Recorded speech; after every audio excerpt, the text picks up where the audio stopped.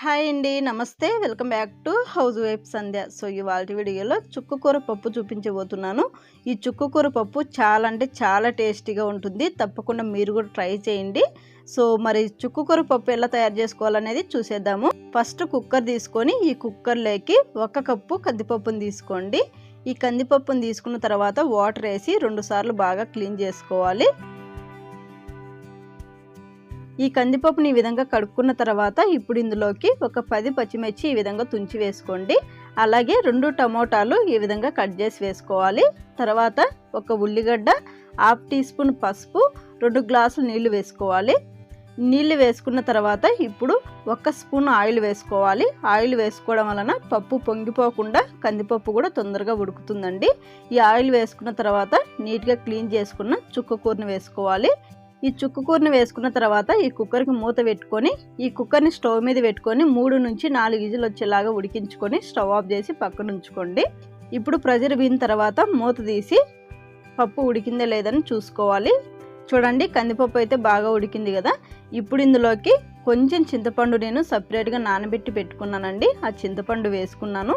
ఈ చింతపండు వేసుకొని 1 నిమిషం పాటు మూత పెట్టుకొని అలా వదిలేసేయండి. 1 నిమిషం తర్వాత మూత తీసి ఈ పప్పును రుద్దుకోవాలి. ఈ పప్పులో ఎక్కువ వాటర్ ఉంటే ఒక గిన్నెలోకి కొన్ని తీసేసి ఆ తర్వాత రుద్దుకోవాలి. ఇక్కడ నేను ఉప్పు వేయడం మర్చిపోయానండి. ఇప్పుడు ఉప్పు వేసుకుంటున్నాను. ఈ ఉప్పు వేసుకొని పప్పును మెత్తగా రుద్దుకోవాలి.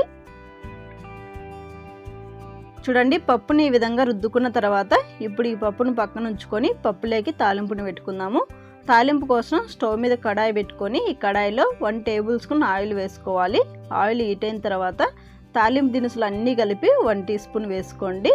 అలాగే 4-5 ఎల్లుల్లి పొట్టు తీసి ఈ విధంగా సన్నగా కట్ చేసి వేసుకోండి. ఈ ఎల్లుల్లి కొంచెం వేగిన తర్వాత ఇప్పుడు ఒక ఎండుమిర్చి ఈ విధంగా తుంచి వేసుకోండి.